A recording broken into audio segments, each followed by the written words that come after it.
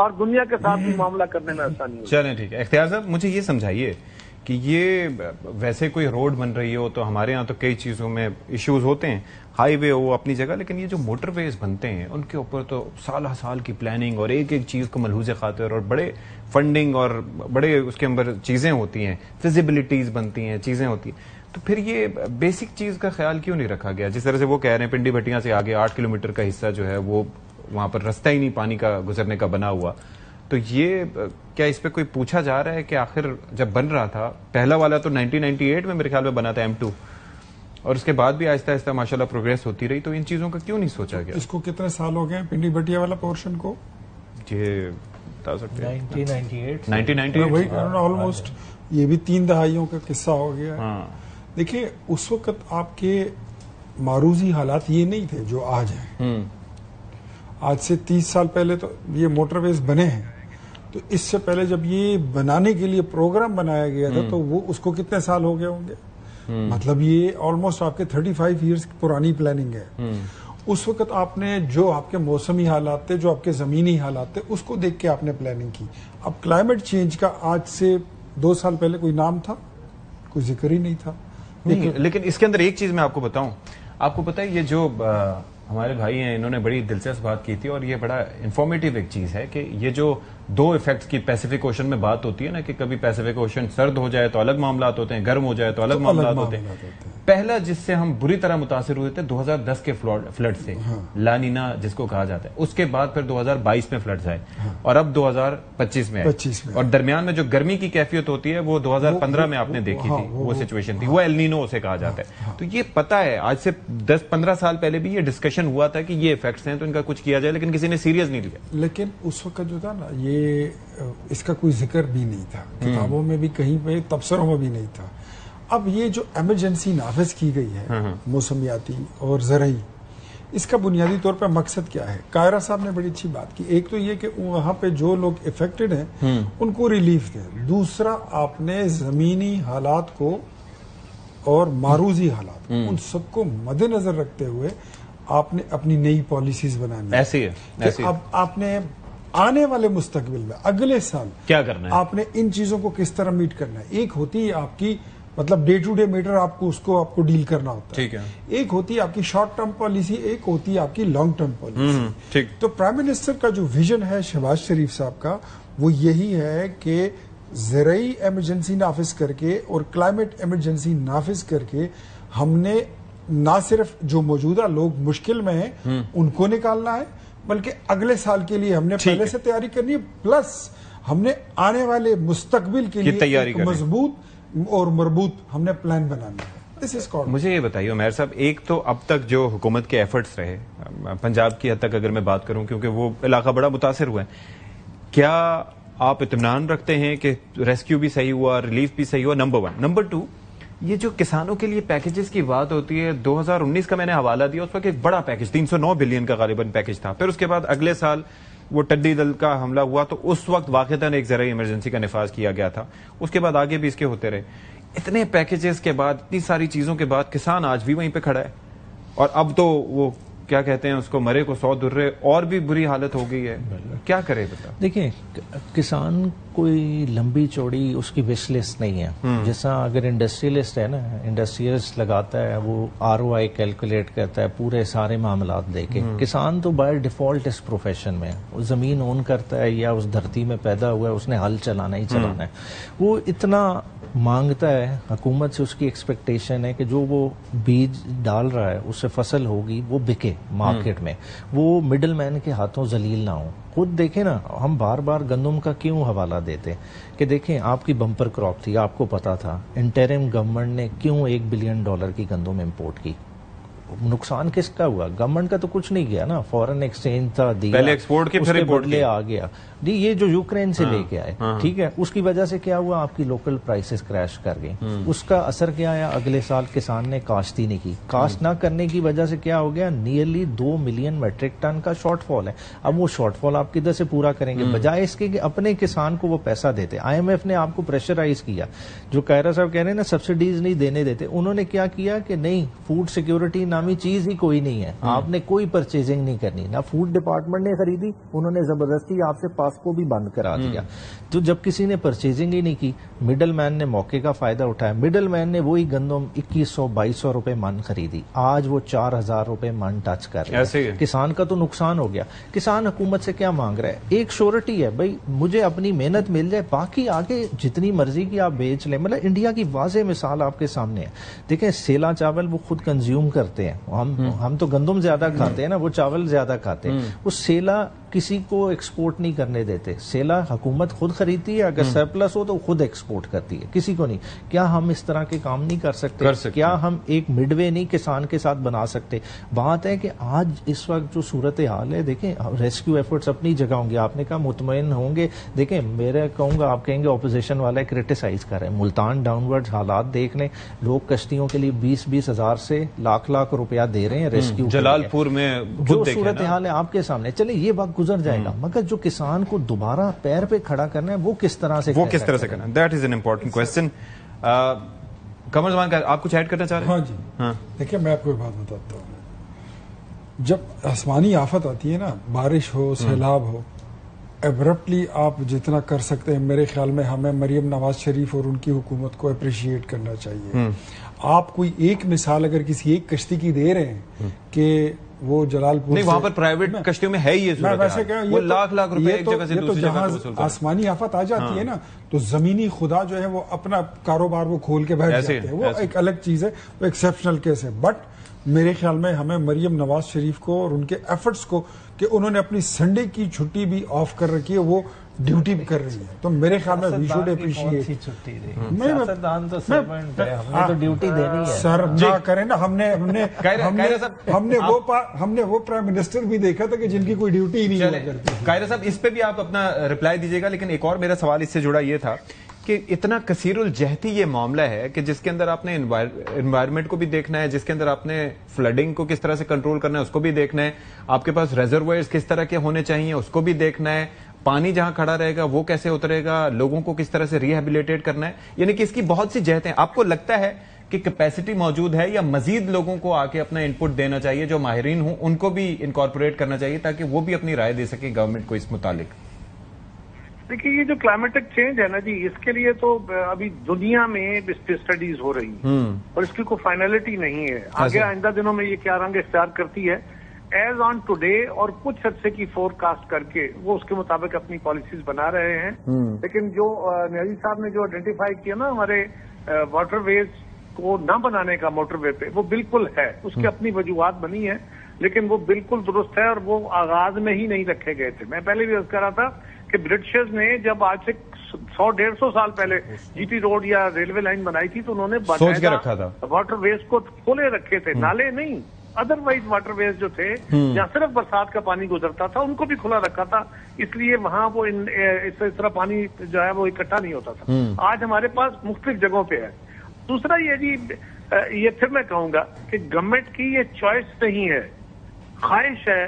ہماری government, Sindh government نے بڑی کوشش کی اس کے لیے کہ ہم اپنے کسان کو اس کی فصل اٹھا لیں, لیکن اس وقت آپ کے ایک اگریمنٹ میں ایک مجبوری ہے, اور آپ دنیا کے ان فورمز کو اگر ان سے انکار کرتے ہیں تو اس کی قیمت یہ ہے کہ آپ کو پیسہ نہیں ملے گا. پیسہ نہیں ملے گا تب ڈیفالٹ میں جائیں گے, وہ خوفناک قیمت ہے. تو آپ دونوں طرف دیکھتے ہیں, لیسر لاس کی طرف آپ فیصلے کر رہے ہوتے ہیں. یہ کوئی بھی گورنمنٹ ہو, میں اس گورنمنٹ کو نہیں کہہ رہا, کوئی بھی گورنمنٹ ہو, خان صاحب کی ہو, ہماری ہو, کسی اور کی, وہ یہی کام کرتی ہے کہ وہ لیسر نقصان کی طرف جاتی ہے. ٹھیک ہے. تیسری بات یہ ہے, تیسری بات یہ ہے کہ یہ جو ہمارے ہاں ریزروائر نہ ہونے کے, اب مہنگائی ہو گئی ہے, ہمارے ایمان بھی تو کیا ہے.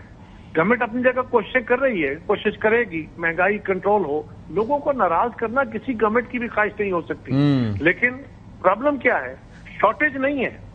کوئی یہ کہے کہ جی گندم کی شارٹیج ہو گئی آج یا مل نہیں رہا, تو یہ تو کوئی بات نہیں ہے. شارٹیج نہیں ہے, آرٹیفیشل ریٹ بڑھ گیا ہے. ریٹ بڑھ جانا, اور کیونکہ جی مارکیٹ میں ڈیمانڈ زیادہ ہو گئی ہے. بھائی ڈیمانڈ کہاں سے زیادہ ہو گیا, ابھی تو ریزرو اسٹاک چل رہا ہے نا, ابھی جا کے ایکیوٹ تو آئے گا اینڈ پہ, ابھی تو مڈ ایئر ہے گندم کے حوالے سے. ابھی گندم کی فصل جو ہے وہ 2 مہینے پہلے اتری ہے, اس کے بعد کی یہ فصلیں آئی. تو یہ ہمارے ہاں لوگوں کے اپنے ایمان بھی ہیں, ہم تو رمضان میں جب لوگ عبادت کرنے جاتے ہیں اس وقت ہمارے تاجر جو ہیں وہ لوگوں کو لوٹنا شروع ہوتے ہیں. بالکل صحیح. اسٹاکس موجود ہوتے ہیں. ٹھیک ہے. بہت شکریہ آپ کا قمر زمان قاہرہ صاحب, بیرسٹر عمیر خان نیازی صاحب اور اختیار ولی خان صاحب, آپ کے وقت. یہاں پر ایک بریک لیتے ہیں جی, بریک کے بعد حاضر ہوں گے.